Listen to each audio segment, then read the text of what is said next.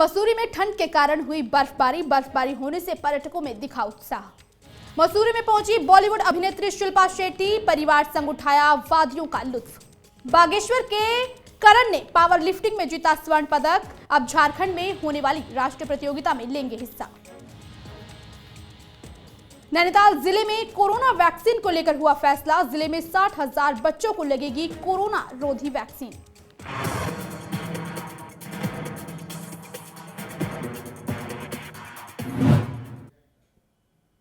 नमस्कार, मैं राखी और आप देख रहे हैं न्यूज 31 उत्तराखंड और अब वक्त हो चुका है उत्तराखंड बुलेटिन का।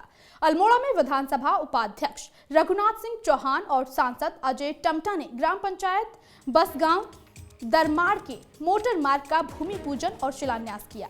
वहीं इस मौके पर विधायक और सांसद ने गरीब परिवार के लोगों को विधानसभा निधि से आर्थिक मदद के लिए 18 चेक बांटे। इस दौरान सांसद अजय भट्ट ने कहा कि हर गांव को मोटर मार्ग से जोड़ा जा रहा है, जिससे ग्रामीणों को आवागमन के साथ साथ रोजगार में भी लाभ मिलेगा।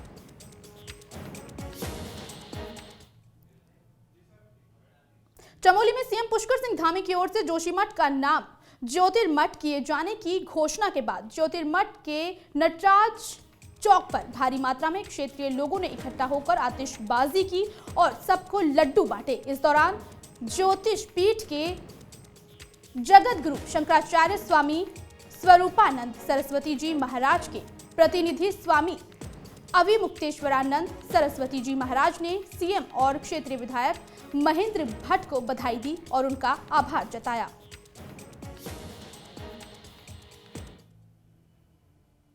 बाजपुर के कनोरा गांव में भाजपा अल्पसंख्यक मोर्चा ने मुस्लिम कार्यकर्ता सम्मेलन का आयोजन किया। इस दौरान कार्यक्रम में पहुंचे भाजपा अल्पसंख्यक मोर्चा के राष्ट्रीय अध्यक्ष जमाल सिद्दीकी ने कहा कि कांग्रेस पार्टी ने मुस्लिम लोगों को सिर्फ वोट बैंक के रूप में इस्तेमाल किया है। वहीं भाजपा ने अपने कार्यकाल में मुस्लिम समुदाय के लोगों को अब आगे बढ़ाने के लिए कई सारी योजनाएं चलाई हैं। साथ ही उन्होंने इस दौरान लोगों से भाजपा को वोट करने की अपील की।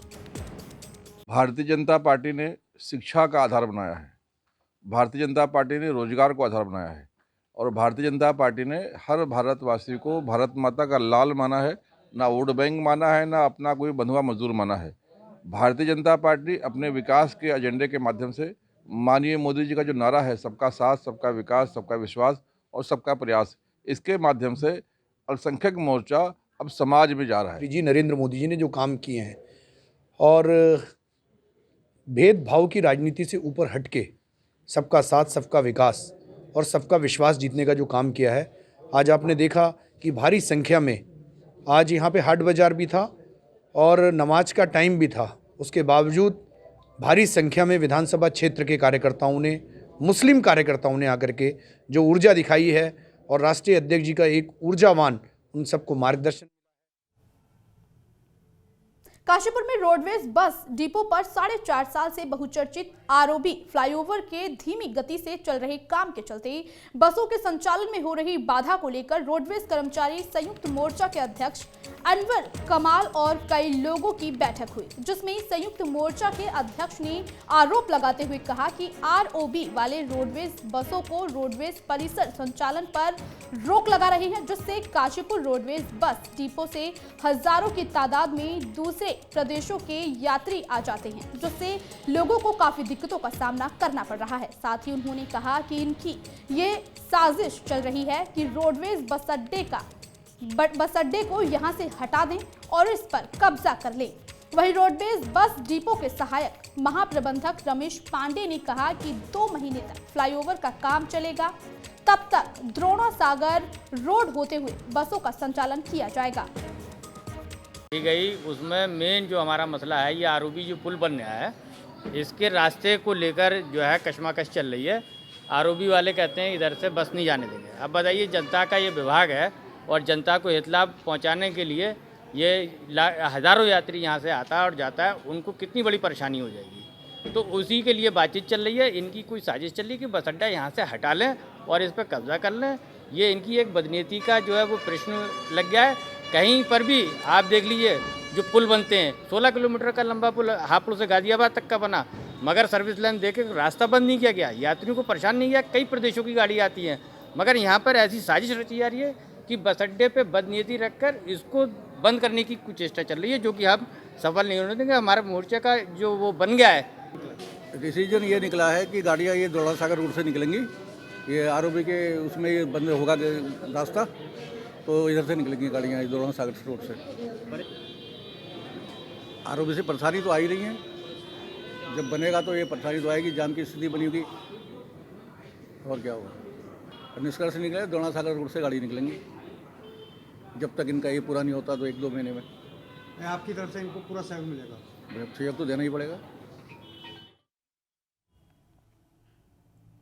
देहरादून में बीते दिन श्री बालाजी सेवा समिति नाम की संस्था ने 21 गरीब लड़कियों की शादी करवाई। साथ ही समिति की ओर से उन्हें नए जीवन की शुरुआत के लिए हर सामान दिया गया, जिसमें उन्हें खाने से लेकर कपड़े तक उपलब्ध करवाए गए।